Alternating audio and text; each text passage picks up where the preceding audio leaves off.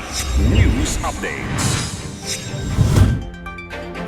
Sa ating mga balita, driver ng SUV sa Subic Road Rage mawawalan ng lisensya. Pondong ginastos ng pamahalaan para sa infra projects umabot na sa 1 trillion pesos. At aumento para sa minimum wage earners at kasambahay sa Davao Region ipatutupad. Ako po si Cesar Soriano, kasama ang buong puwersa ng Kidlat News Channel para ihatid ang mga nangungunang balita sa buong kapuluan. Ngayon, Posibleng matanggalan ng lisensya ang driver ng SUV na makailang beses na binangga ang isang sasakyan sa Subic Bay Freeport Zone sa Zambales ayon sa Land Transportation Office o LTO. Saad ni LTO Chief Viger Mendoza III, maghahain sila ng show cause order ngayong araw laban sa naturang driver kaugnay ng insidente. Babawiin ng LTO ang lisensya ng driver kung mapatutunayang intentional o wala itong sapat na paliwanag sa pangyayari. Pinaghahanap na ng LTO Region 3 ang sangkot na SUV driver.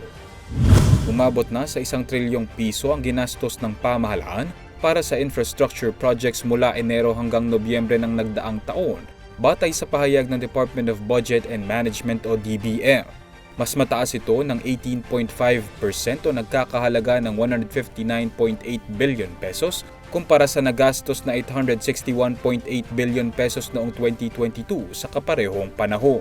Saad ni Budget Secretary Amena Pangandaman, bunsod ito ng sandamakmak na priority projects ng Department of Public Works and Highways o DPWH na pangunahing nakatuon sa renovation, construction, repair at rehabilitation. Magpapatupad ng dagdag sahod para sa minimum wage earners at kasambahay sa Davao Region ayon sa Department of Labor and Employment o DOLE.